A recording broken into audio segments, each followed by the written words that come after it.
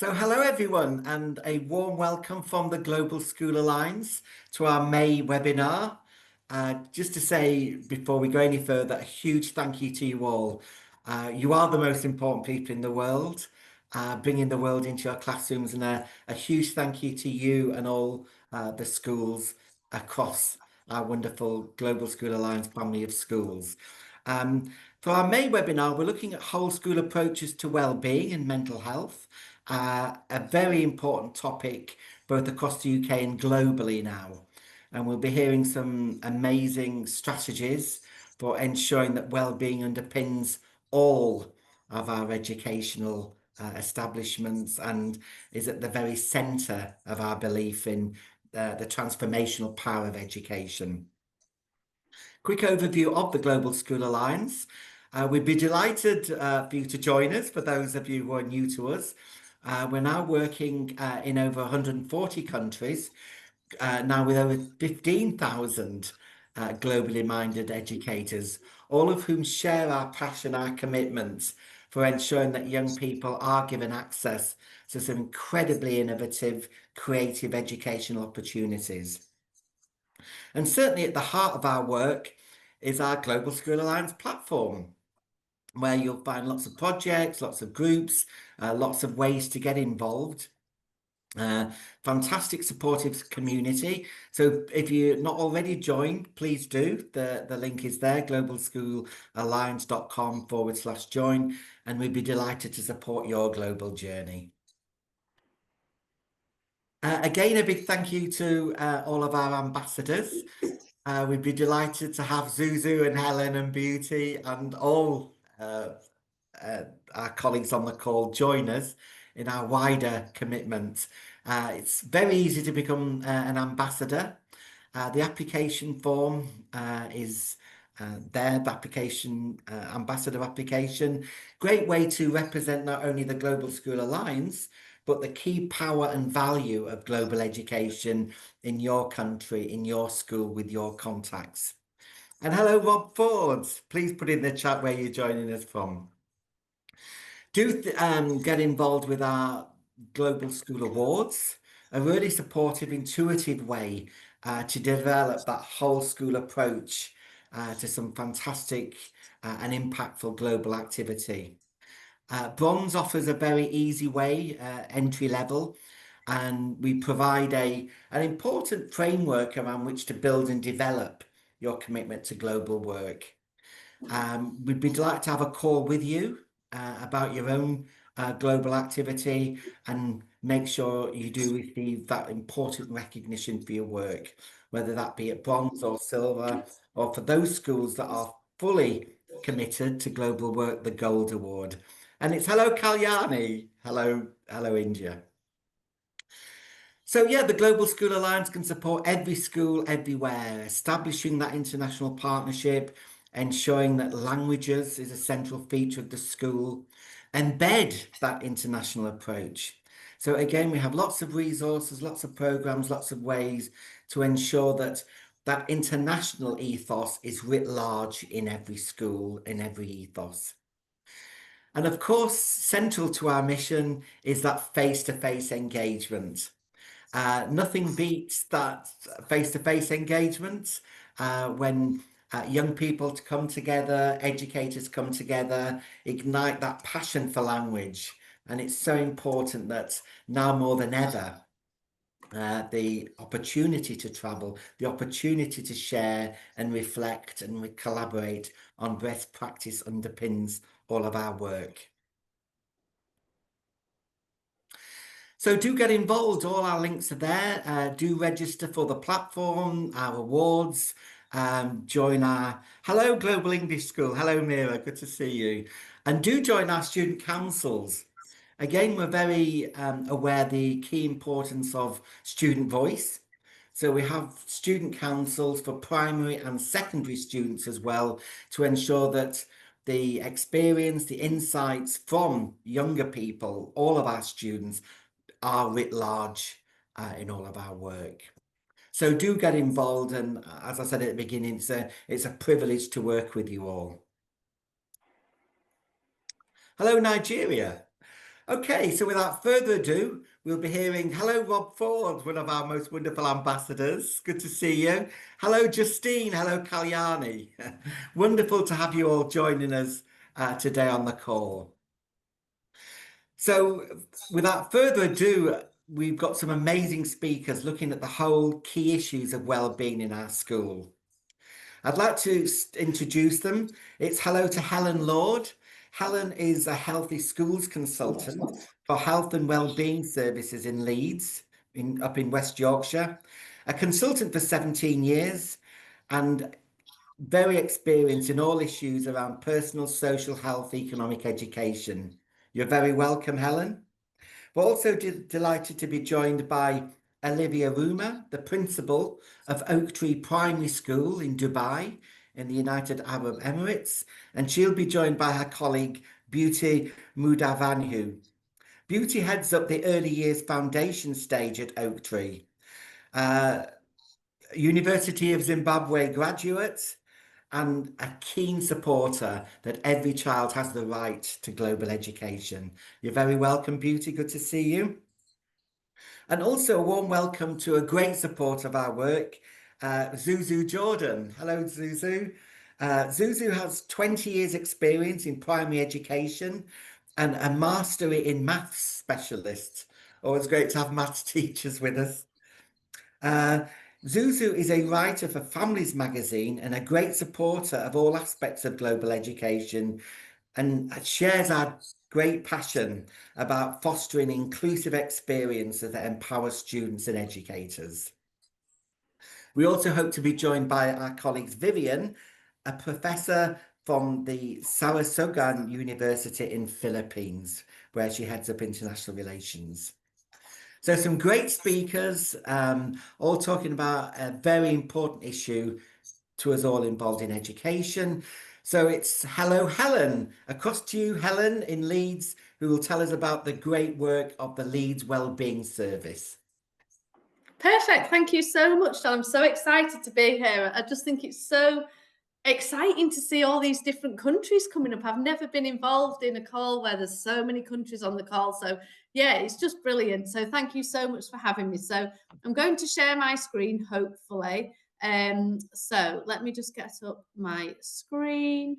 Here we go. And you've already given my overview, which is great. So welcome everybody. I can't see anybody now, I can only see my screen. So I'm sorry about that I can't see you, but hopefully you can still see me. So I wanted to give you a quick overview of the health and wellbeing services in Leeds, with the topic being wellbeing within this meeting. I'm a Healthy Schools and PSHE consultant for the service within Leeds City Council, and I've worked in the service for 17 years. Obviously, things have changed so much before, since I started in the service, and the issues change. I feel like with PSHE and health and wellbeing, the issues just change every single day. There's something new coming onto the agenda, and it's really hard to keep up with it. So we offer quite a broad service, and I'm going to talk you through what we can offer both nationally and internationally. So hopefully, if any of this is of interest to you and you want to get in touch with us, then I'll give you our contact details at the end. So in terms of what we offer, some of these things I'm going to go to through in a little bit more detail. So this will be a broad overview, and then I'll deep dive into a few things as we go through. So the Healthy Schools programme, obviously that used to be a national programme here in the UK. That disbanded back in 2010.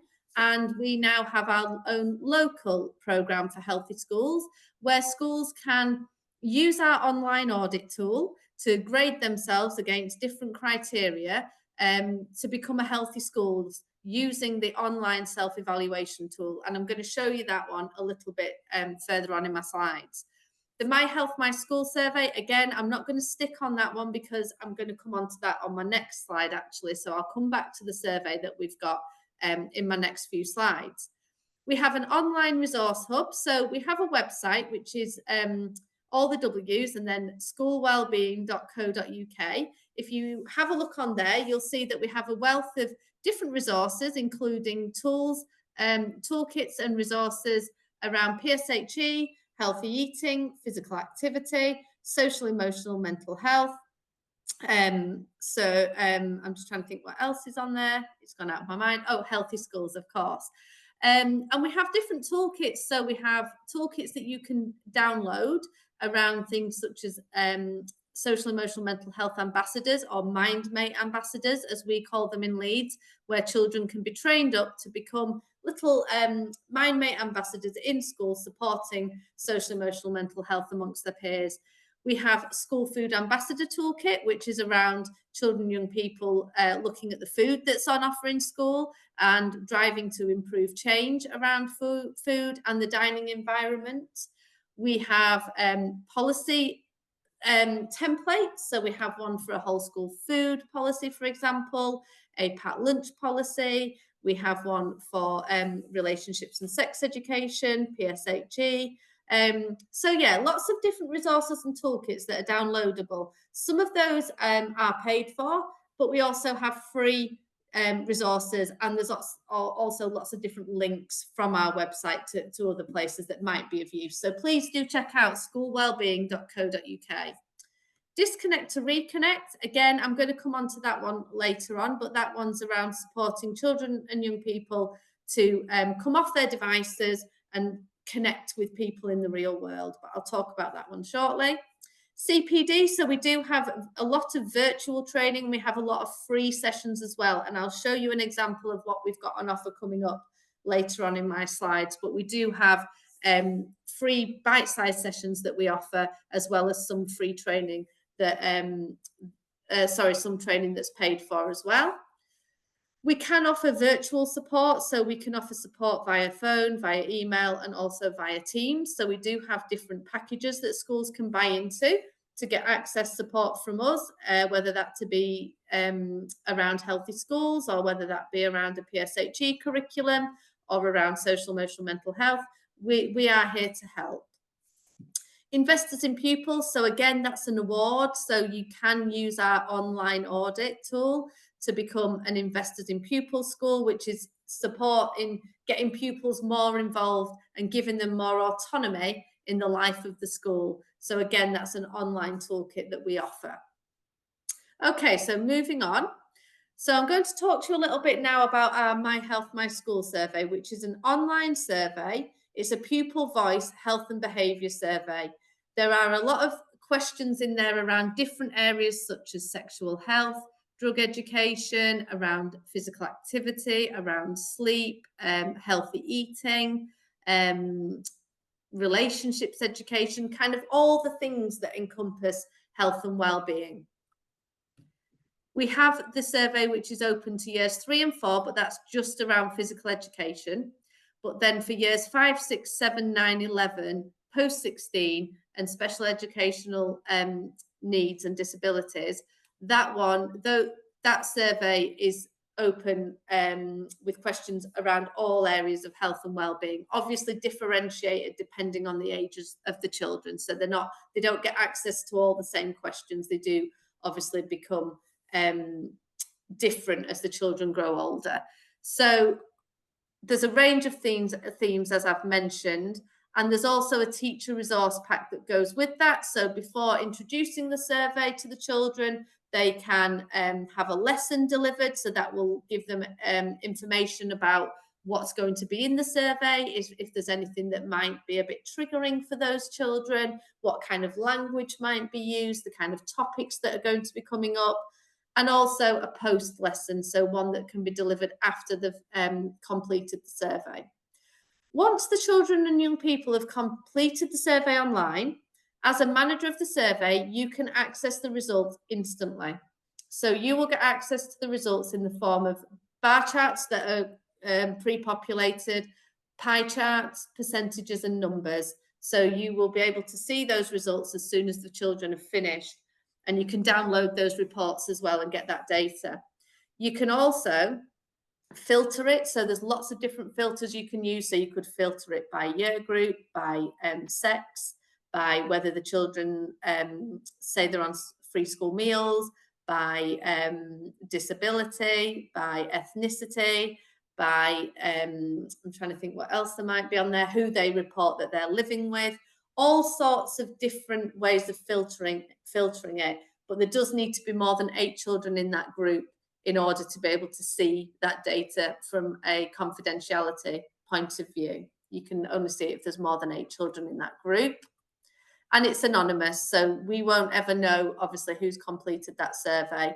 And you can use this to really inform your PSHE curriculum to make sure that it's needs-led, to have a look at what the children are saying that they need, speak to the children about that data, share the data with them, share it with the parents, use it as a celebratory tool to say, look, we're doing brilliantly at this.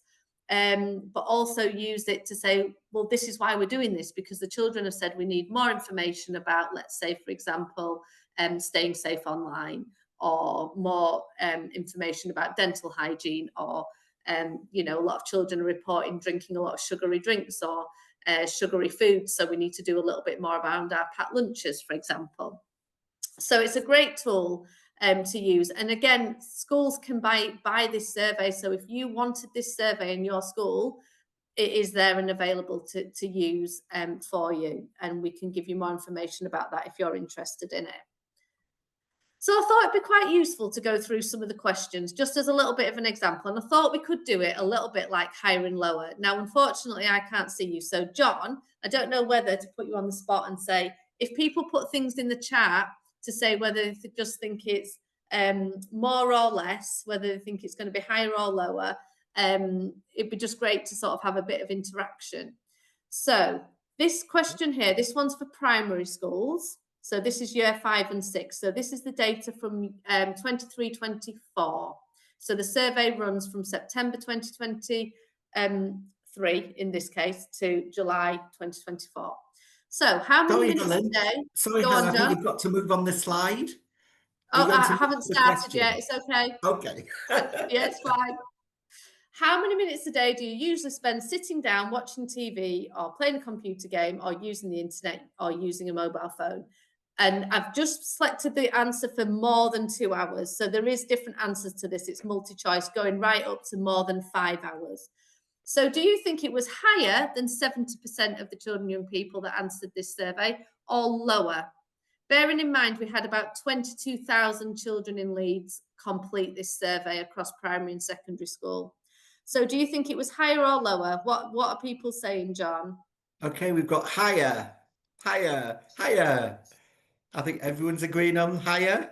Higher. Sasha, Okay, let's have a look higher. then. So it's at 67%.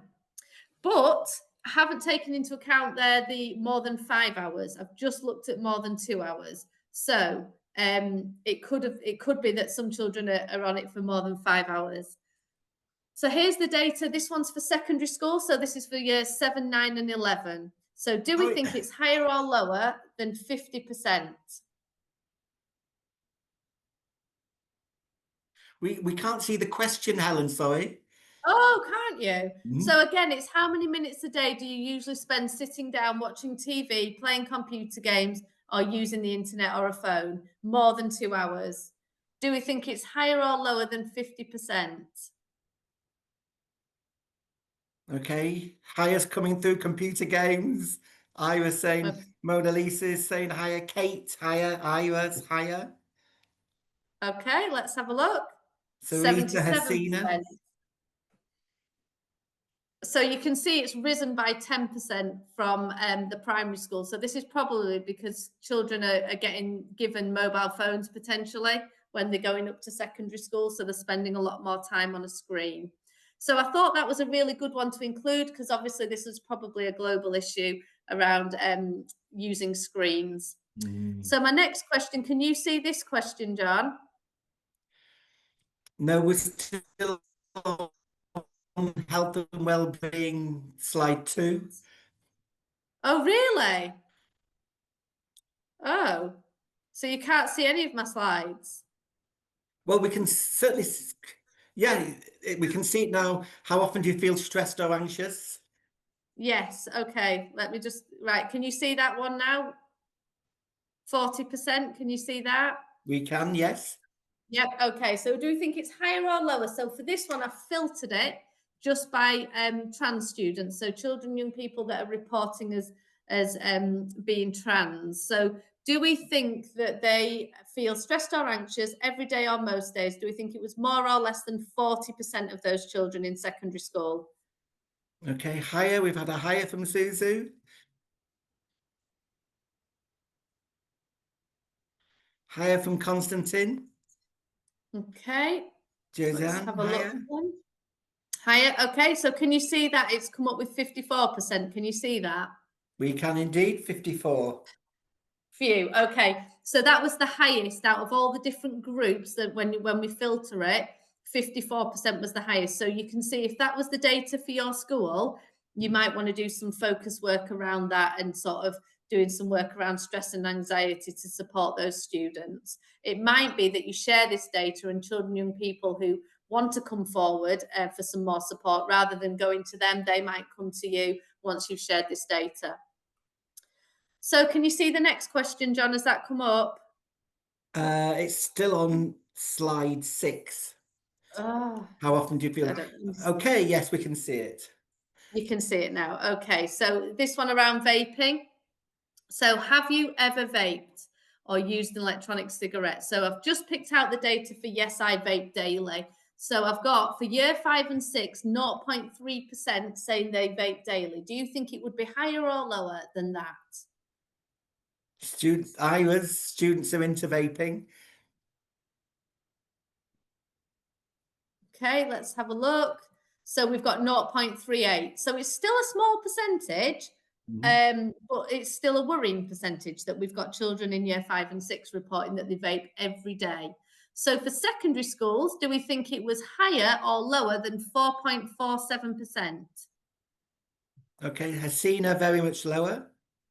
Very much lower. Okay. Zuzu higher, Mira lower. Interesting. Vera It'll be different higher. across the world, I Roseanne imagine. lower. Okay. Alma's So in lower. England, here in Leeds, we got it at 5.75%, saying that they vape daily. But when we speak to schools, they always say, I think it's higher than that, and the children haven't actually told the truth. So, yeah, you've got to sort of look at your school and what's actually happening as well, don't you, as well as looking at the data. Well, thank you for interacting with that. I realise that I'm near enough out of time, so I'm going to whiz through my next few slides. Can you see my next slide, John? It's still on 7. Okay, let's have a look. Okay, school health check. Yeah, so this is the Healthy Schools programme that I mentioned earlier. This is the school health check, and this is an online audit tool where you can see we've got the 4 different areas. However, from September, we're replacing physical activity with healthy lifestyles to kind of embed everything around health education, and healthy eating is going to become school food. So the healthy eating curriculum part will go into healthy lifestyles, and physical activity will go into healthy lifestyles. So we would use this tool as a self-reflection tool for you to have a look at the different grade descriptors and decide where you think your school is at. It's a great tool for self-reflection because it helps you to see what requires improvement inadequate would look like, but it also helps you to see what outstanding would look like as well. So there's 10 different areas for each of the 4 different themes. You would choose a grade for each of those rows, for each of the criteria, and then at the end, you can submit to become a healthy school. You can add next steps, so you'll see the little steps at the top, so you can make an online action plan, so you can see what you need to do next. But once you've self-validated, you would then receive a logo to use on your school website, on your paperwork, and a certificate. We can offer external validations as well. We haven't done one virtually, but that's not something that we're shying away from. So if anyone wanted us to sort of interview parents, pupils, staff, to do a bit of a report around healthy schools, then we can do that external validation process as well. And just to give you an idea, can you see the map, John? We're still on number 8. Okay, let me come back Good, up with we the can map. see the map. Yeah, so you can see there that we've got schools with the blue triangle engaged across the globe. We've got one school that's self-validated there in Indonesia. We've got schools in the Ukraine, in Oman, in Turkey, in Syria, in Thailand. So lots of different schools that are using the tool across the world. So if that's something you're interested in, please do get in touch. And then disconnect to reconnect really quickly. So these are 3 different weeks that we run across the year, and something you could get involved in, where we're encouraging children to be engaged in different activities at home instead of using their devices, helping them to think about what difference it's made to them, how they feel across the week, the different positive impacts it's having, using a pupil diary to record what they've done each day instead of using a device, and how that's made them feel in terms of their mental health and well-being. If you want to find out more about device use, then there's a website link to Be Device Wise. And I know Dr. Charlotte Armitage is going to be coming to talk to you more about devices in September. So I'm going to not talk too much about the work that we're doing in Leeds about device use. My final slide is just about some examples of different training that I said I'd mention, our virtual training that's coming up. So you can see that if it says free in front of it, that those are free sessions that you can attend if you're interested. If you go onto School Wellbeing and you go on the training tab, then you can have a look at all the different trainings that we offer. And we'd be very, very happy to have you there. And that's the end of my presentation. Fantastic. Thanks, Helen. That was And those, brilliant. I'm guessing you're sharing the slides, so everybody will be able to see our different websites and our email address if anybody wants to get in touch. But thank you. I'm aware I've gone over time by a couple of minutes, so apologies for that. But thank you for having me. No, that was wonderful, Helen. Thank you so much. Huge fan of the Leeds Wellbeing Service, not just across Yorkshire, but globally. You're doing some really innovative, creative work there, and thank you so much. And the links are there, everyone, for further information about Helen's services, the great range of resources. So do stay in touch with them. So great to see you, Helen. Okay, so we're moving across now from Leeds, across to our friends in the Philippines. And we hope our friend Professor Vivian Choa is with us. Hello, Vivian. Good to see Yes, you. hello, good morning. It's already good Thanks for morning. thanks for your with the time difference. Vivian is the Director of International Relations at the Sorsogon University in Philippines and doing amazing work there. Great to have you, Vivian. Yes, hello, good morning, Chan. May I share my slide, please? Absolutely.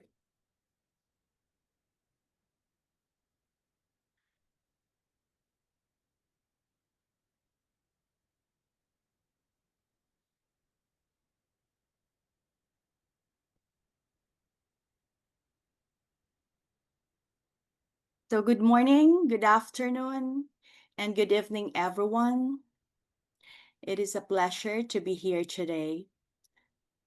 My name is Vivian Chua, and I am an academician, professor here at Sorsogon State University, the home of the magnificent Bicolandia. We are famous for Mayon volcano and pink sands here in the Philippines. Now, before I formally proceed to my talk, allow me first to have a brief backgrounder of my university. So, our university's battle cry is a pamantasang may puso, which means a university with a heart, which is embedded in our core values: humility, excellence, accountability, resilience, and trustworthiness. Our university has started in year 1907 as a provincial trade school. But today, Sorsogon State University has emerged as a leading academic institution in the Bicol region and also here in the Philippines.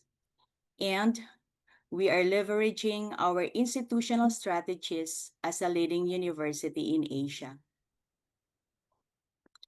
Now, my talk is about enhancing teaching, learning, and well-being my professional contributions towards transformative education. Anchored on my educational philosophy, teaching minds, touching hearts, transforming the present learners for the future. This reflects a holistic and humanistic educational philosophy, blending several interconnected approaches, such as holistic education, which is focused on developing the whole person, humanistic education, which prioritizes empathy, personal growth, and self-actualization, as well as progressivism, which prepares our students for a changing world through problem solving, critical thinking, and social responsibility.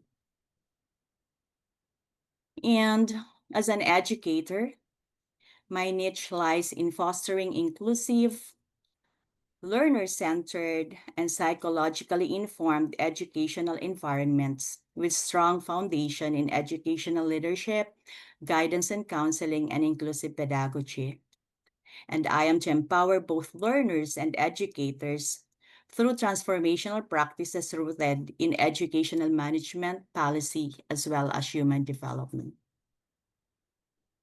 And as a leader, as I may say, I am a transformational leader with a cross-functional expertise in higher education, internationalization, as well as gender and community development, and holistic student services. So my leadership is rooted in inclusive engagement, strategic partnerships, and building institutional resilience, aligned with both local relevance and that of global standards.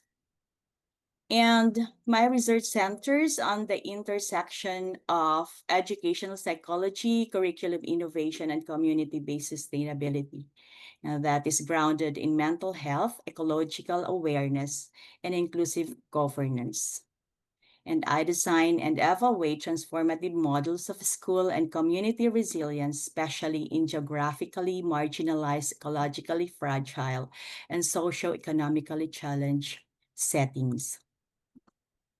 Now, as to the key contributions to learning and that of teaching,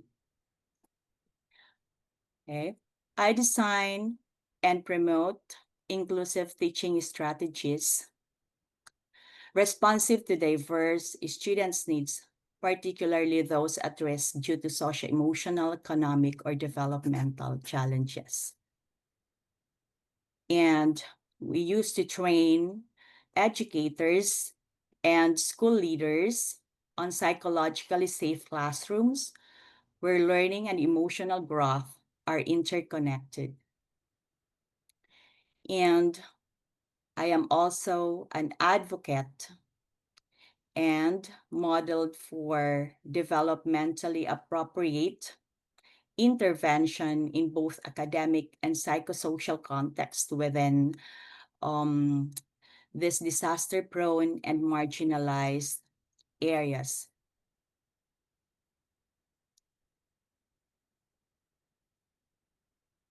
As an educational leader, counselor, and community advocate, I have been privileged to design and lead integrated programs that promote mental health and holistic development.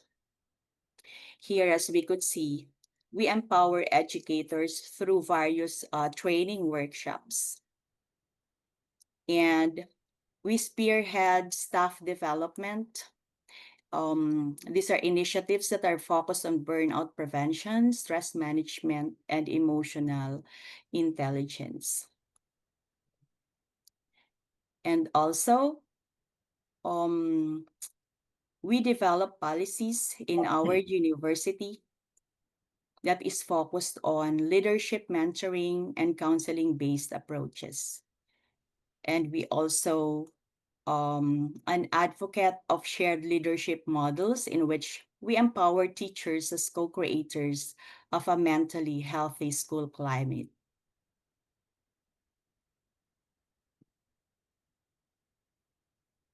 Now, as to professional development and leadership, we have this one research, okay, which had turned into a community development project, which aims to create homeschool community partnerships addressing root causes of mental distress, especially on poverty, gender inequality, and displacement.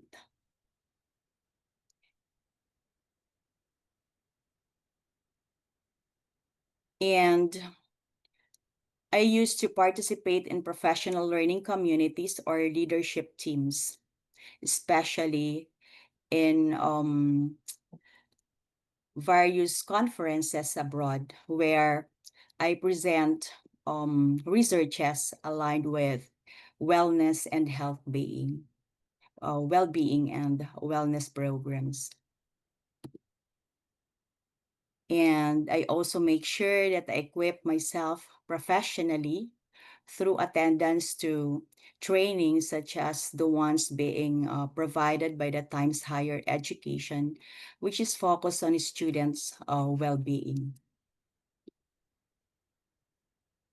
And I used to conduct speakerships in various mental health forums here in our Department of Education, both in the elementary, secondary, and various private higher education institutions.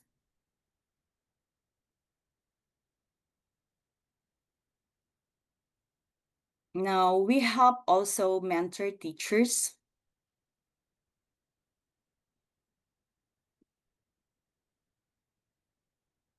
as we provide psychological support and life skills to education.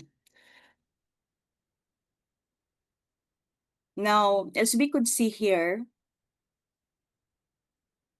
in our university, we have this students help desk, and we also have this information desk officer, so that our university clientele will be accorded with utmost support in times of distress or there are challenges affecting them in their day-to-day lifestyle. And we also see to it that we focus, okay, on the impact of emotional safety, belongingness, okay, as well as the opportunity for our students, okay, to be appreciated on their small wins. And we celebrate Mental Health Day.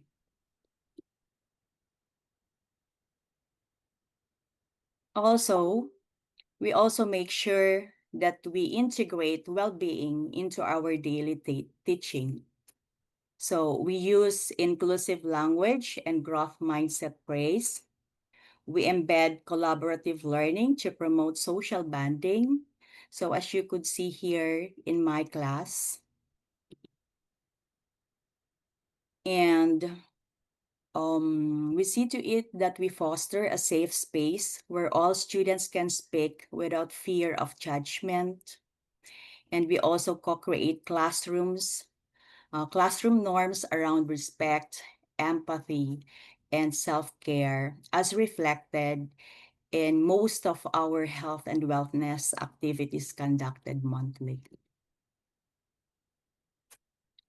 And in addition to that, part of our research outcomes include disseminating of policy brief in aid of legislation for our local government units here in the Philippines for community development and well-being.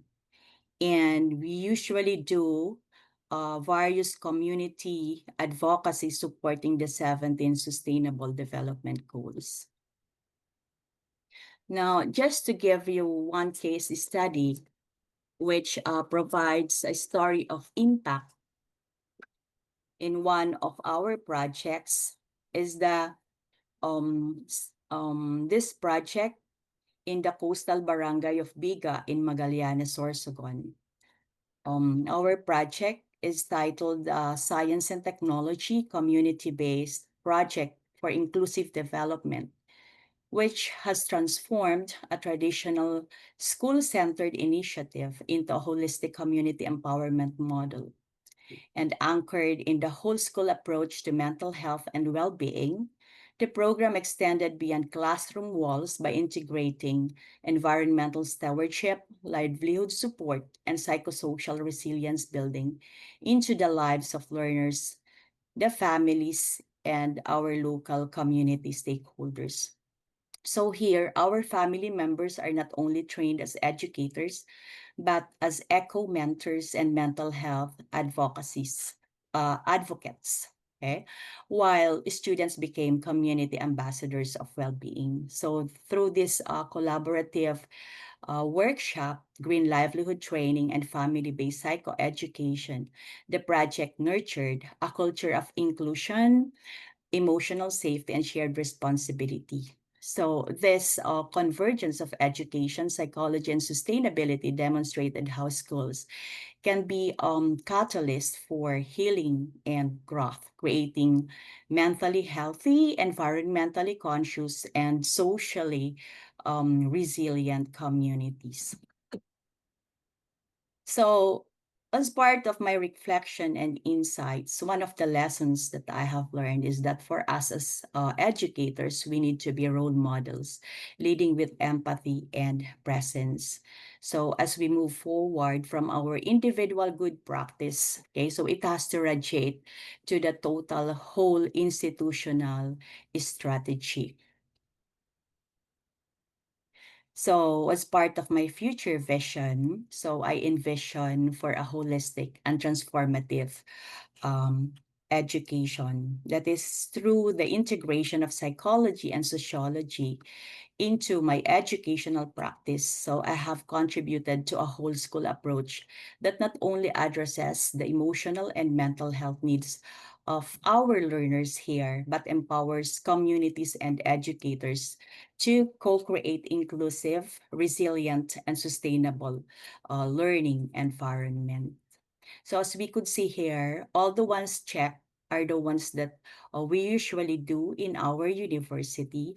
And I am now currently focusing here on the green ones, okay, in which we need to lead more systemic improvements in our teacher education. And we need to foster in our university a culture of research-informed practice so that we could see, okay, the entirety of our university's frameworks and programs, okay, that it supports, okay, a holistic approach specifically to our students and stakeholders that we serve. Thank you so much. Wow, Vivian, thank you so much. That was fantastic. Really like the emphasis on community involvement, those community advocates, and I think we can all reflect on the importance of belongingness and emotional safety that your incredible work is there to develop and celebrate. So that was really great. And best wishes to you and to all your colleagues across the Philippines for all your commitment to this work. Really fantastic. Okay, so we move across now to the Philippines, back to the UK, and we're very proud and delighted to introduce a good friend, a good supporter of global education, the wonderful Zuzu Jordan. Over to you, Hi, Zuzu. everybody. Hi, everybody. Good morning, good afternoon, good evening. And I'm always honoured to be part of these webinars with John and waving the global community flag for everyone. And it is such a important topic that we're all discussing today. And it's paramount that it needs to be something that is on the tip of our tongue, as Vivian said, as part of our daily culture, our daily life. So just a little bit about me. I taught for 20 years, and as John mentioned, I very much keep my finger in education. It's taken a slightly different path. Now I work with schools in helping them with their recruitment drives, and I talk to a lot of candidates. So my angle with the wellbeing is looking at the wellbeing of the educators, because it is a whole community that we have to look at, because one without the other doesn't work. So because we have a bit of a recruitment and retention crisis, certainly here in the UK, and I imagine in certain pockets of the world there is as well, that teacher well-being or educators well-being and the retention kind of go hand in hand. And many of the candidates that I speak with now, if they leave their school, it would be for a relocation or a career progression, or because they're in search for a better well-being. So it's about getting that work-life balance, and there's a number of strategies. So working in so many different schools, I've seen so many different types of strategies that schools have implemented to ensure the well-being of their teachers, and therefore retaining their teachers, and where then they can implement the work in training those teachers to ensure that the students and pupils' well-being is also a priority. So there are a number of strategies that I have observed. One being a leadership-driven support. So creating a sort of open door policy, encouraging the communication between staff and the leadership, regular check-ins. Vivian, I liked what you said about the empathy training as incredibly important for that emotional intelligence and trauma-informed practices. Another strategy to help with the sort of educators' well-being is the workload and time management. We're living in an era right now where we have access to so many technology. I'm a tech dinosaur myself, but I know there's lots of things out there, for example, like TeachMate, which help educators manage their time and ensure that they're getting a bit more of a work-life balance, giving them time management training as well, and limiting the administrative burden that teachers have to sometimes do. Protected planning time, so that they don't have that interrupted time when they are planning their lessons and throughout the work day. Creating a positive school culture, and I think this is why we're all here, is that positive school culture. Staff recognition programs, like our students that we work with and the pupils that we work with. Adults are not so dissimilar. We like the recognition, we like the shout outs, the awards, giving teachers their voice in making decisions, and having a zero tolerance for any sort of toxic behaviour. Then it kind of moved on to when I was sort of brainstorming and exploring some of these strategies that I've observed in schools, is the mental health and emotional support. Some schools are in positions where they can offer on-site counselling, access to therapies, offer mental health days. When I was a teacher, they were called duvet days, which was lovely. And yes, I always did get the duvet out. And what I really like is one school does mindfulness and resilience training, offering workshops on stress management and emotional regulation. The next sort of category, and I know I'm running through this a bit like a whistle stop, but I tend to work in lists. So the next thing I listed down was the sort of wellness programs and the facilities that schools have, even looking at where your staff have downtime. What do your staff rooms look like? Are they comfortable? Do they, and this links in very nicely with what Helen was talking about, the nutritional snacks and drinks, also for the staff as well as the pupils, and promoting that healthy lifestyle. Some schools that I work with now, they offer gym access or walking groups. One school in particular do a yoga morning session for their staff.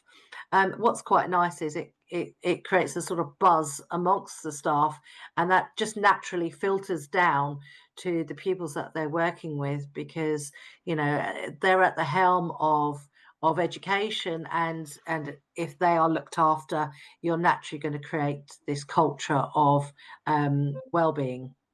And then looking at the sort of professional growth opportunities, like all the pupils that we work with, they will feel good if they feel like they're achieving and they're growing, and it's that growth mindset. And the language, as you said, Vivian, the language that we use, again, it's not so dissimilar with adults, but offering that sort of personalized one-to-one support, and looking at their career progression, their career paths.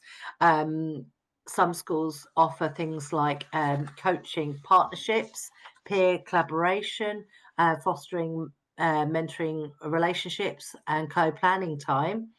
So there's that kind of mutual support. They're not standing alone in their work. And then something I think is good for all practice, and something perhaps children and adults need to learn, is by about setting boundaries and explaining that the after hours communication policy, some schools actually specifically have that in writing, that they are discouraged to work beyond a certain time. I think as educators, it's very easy to get caught up in the commitment and love for what we do that we suddenly forget the time. So limiting work emails or messages outside of school hours, and setting realistic expectations of what I'll be overloading teachers with, or unrealistic performances. And then finally, my last point was the feedback and continuous improvement. And I think I've said this on a previous webinar, that it's wonderful that we have these policies. They're not any good unless we actually put them in practice, that we review them and we adapt them and improve them. Like in all our practices that we do, whether it be in lessons, that also has to pass on to the policies that we implement. So your policies on teacher wellbeing need to be constantly shared with staff and looked at and adapted and changed, by creating a culture where it's comfortable to say if they're not happy with something or they want something to change. And some schools have actually set up wellbeing committees, which is lovely, where they have had a group of dedicated staff members to lead on wellbeing initiatives within the school, both for the pupils and for the staff. And of course, the use of using unions can also support in that. So John, that's kind of me in a nutshell, and I just want to say thank you again for sort of inviting me here, and really lovely to hear Helen and Vivian, your contributions, and it just makes, I think, everything that we do by sharing good practices a really, really powerful group going forward. So thank you. Great, thanks, Susan. And again, a huge thanks for highlighting the key importance of treasuring our teachers. We always say you are the most important people in the world, giving young people these experiences. So a big thank you to you and to all the teachers on this call, and anything we can do to support and celebrate and nurture teaching is amazing. So thank you for that.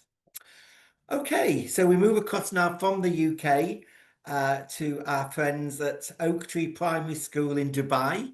So it's over to the amazing Olivia Rumar, who is principal of Oak Tree in the United Arab Emirates. So across to you, Olivia. Good to see you. And I think you're with Beauty. Hello, Beauty, who heads up early years at the school. So as Susan said, good morning, good afternoon, and good evening, wherever you are in the world, and welcome from us, myself and Miss Beauty, from Oak Tree in Dubai. So Beauty, would you like to start by sharing our slides, please? Yes. So please just bear with us.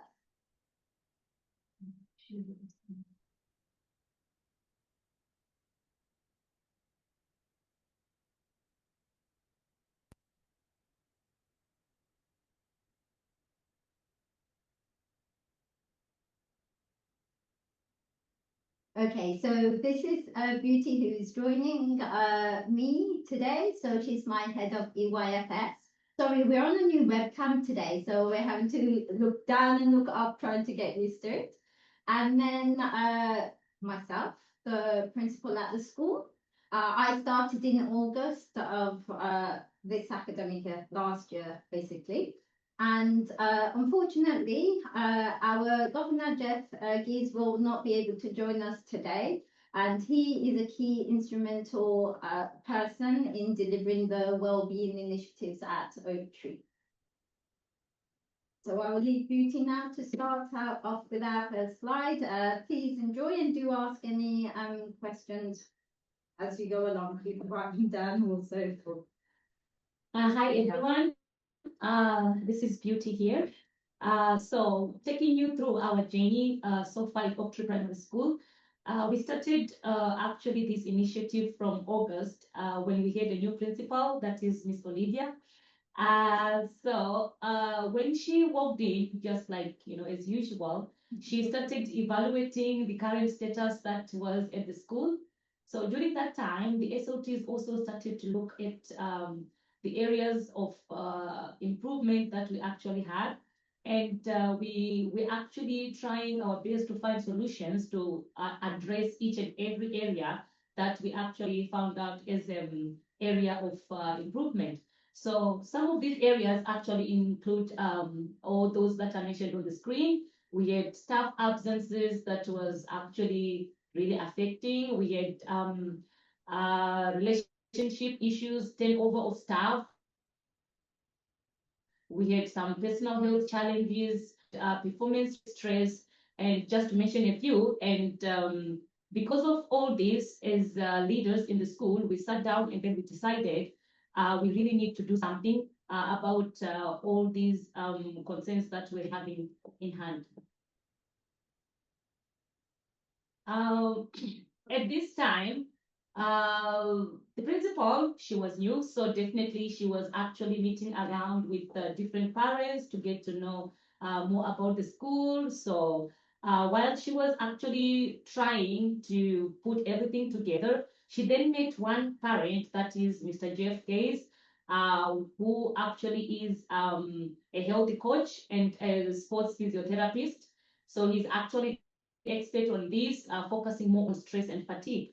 So Mr. Jeff had to explain about his expertise, what he does, and actually the main reason behind his vision. So he wrote a book that is actually called Rest is the New Sport. And he brought the book in the school. The SLTs, they went through the book and they looked at each and every point that was mentioned in this book. And then during that time, that's when we actually realized that he was a perfect fit to actually lead well-being in the school as a governor. So during that time, Mr. Jeff was then appointed as a school governor who was actually leading well-being. Moving forward, we then had to go back and review again the ULE vision for well-being, and we tried to look deep into that to find a way to actually start working on our well-being, implementing Mr. Jeff's vision into our school. So during that time, we then started to plan. We tried by all means to make sure that whatever it was, we wanted to look for a positive impact, especially on staff. So we then started to focus more on what can we do to move forward with the vision that we have and with the help that we're actually getting from Mr. Jeff.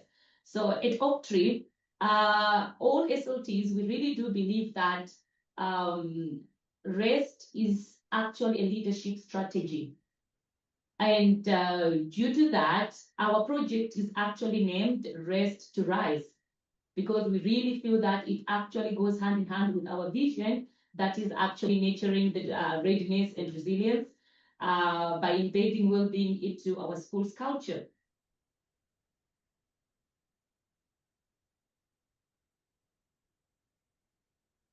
Over to you.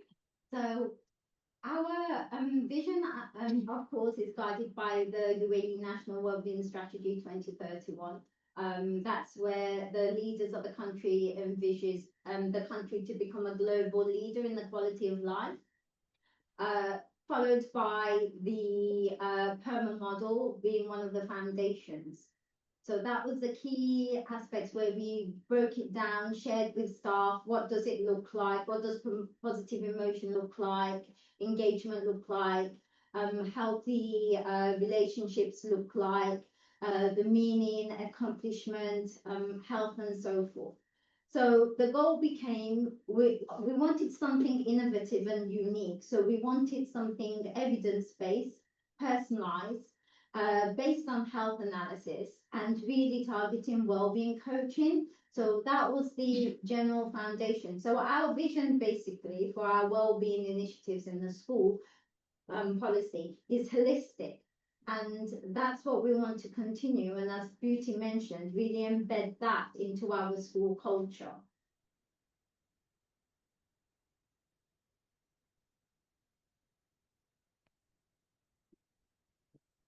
So just to give an overview of our starting point and the journey so far. So please do bear in mind that this is a journey. It's been evaluated on an ongoing basis and so forth. So as Beauty mentioned in the first slide, the why behind what we're doing.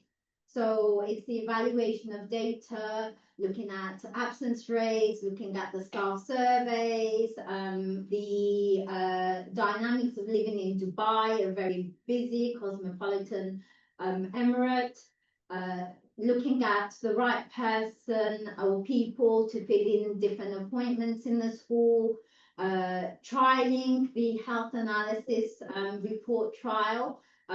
It will be mentioned in a couple of slides on with different team members. So I wasn't just focused on teachers as a whole because it takes, different staff teams in order to run a school efficiently. So the trial involved the HR officer, senior accountants, teacher, our director of Athena, other school principals. So it was a diverse range of team members. It's important to include all. So then we launched it. We planned the wellbeing seminar. We looked at previous examination wellbeing answers to the questions asked, created our impact plans and so forth. Then we started off with an intervention phase where our surveys were ongoing just to keep regular check-ins, as well as in-house wellbeing initiatives. Then came the activation stage where Jeff did his thing with the wellbeing seminars, the Rise Up Wellbeing seminars, and they were very informative. We'll share more in the latest slides. So again, the continuous evaluation is going on, looking at the future planning. Where do we want to go in the long term? So we didn't want initiatives that did not make impact on the individual as a whole. That was very important to me. We wanted to be sustained impact, and so it's ongoing and making a difference to every individual working at Oak Tree School.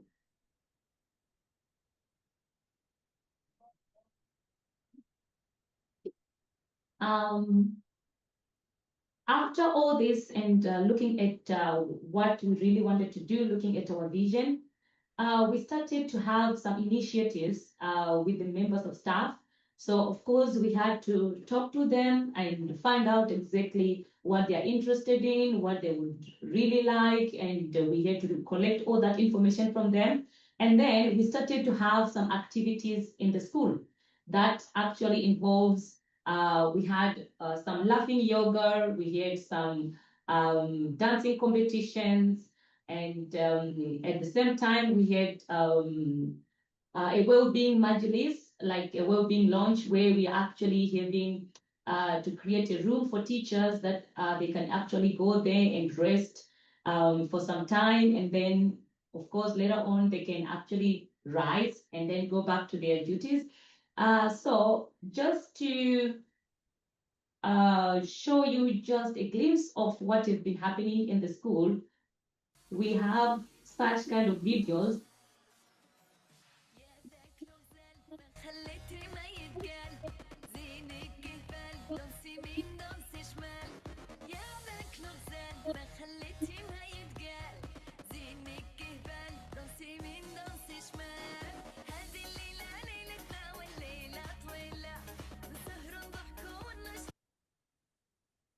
These videos, we actually have been doing this, and it also involves some parents. Whenever we are having some events in the school, we are always trying to make sure that we involve parents in everything that we are doing. And our parents are quite happy and excited most of the time to always join us and be part of every event of the school. We have got some events. Actually, this was one of the favorite events from the teachers, the laughing yoga.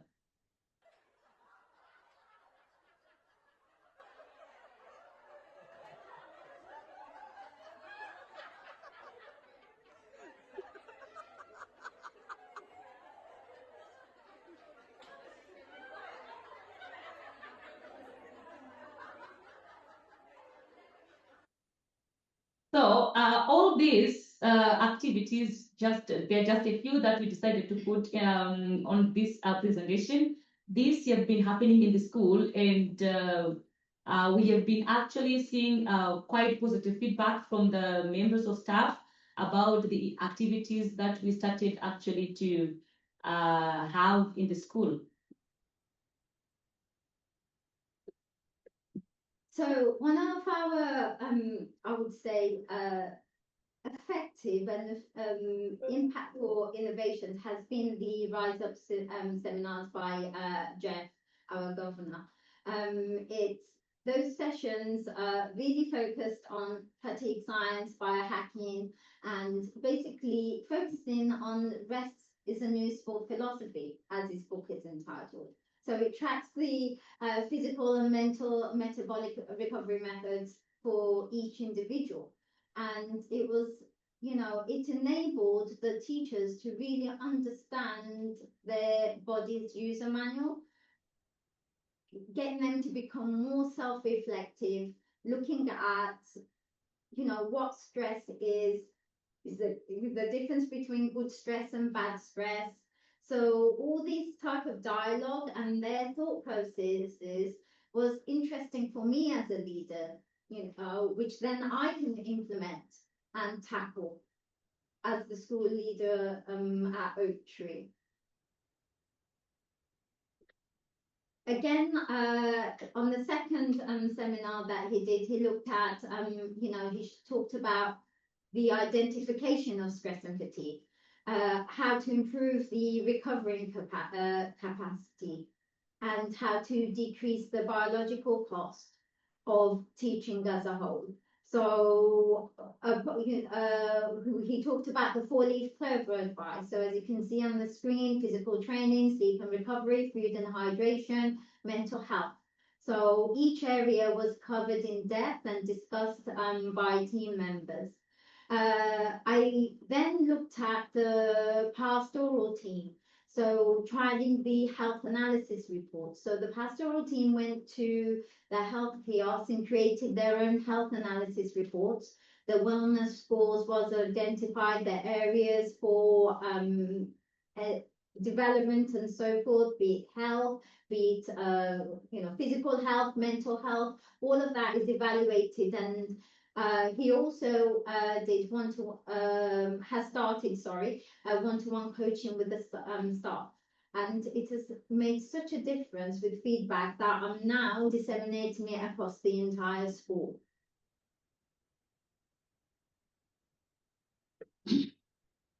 After implementing all these and after all the seminars, after the initiatives, we started to see quite an improvement in all the areas that we actually identified from the beginning.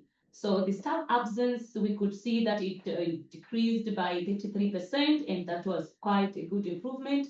And we started actually to notice that the teachers themselves could actually there was increase of awareness of their fatigue and stress. The communication among the staff themselves and the communication among the leaders, the staff, it really improved, it really changed. Relationships and teamwork actually started to improve in the school. And all these, we really could see change, because even from the stress, the performance stress that the teachers were going through before, it really improved and it started to give better results in the school. So here is some team feedback, and as I was reading this, it was very informative for me, and actually surprising in many aspects how reflective staff are becoming of their own bodies, their own mental health, their physical awareness, you know, the importance of self-care mainly. Because when I'm having this discussion with them, say, you know, that I've reinforced the message that it is their responsibility to take care of themselves. We will do our part, but self-care is crucial in terms of their own well-being. And where the support mechanisms are there in school, they are to take advantage of those. And I must say, as a school leader, with everyone just completely embedded in the vision that the school has for well-being, has made such a positive impact. And what I would like is for it to be sustained in the long term.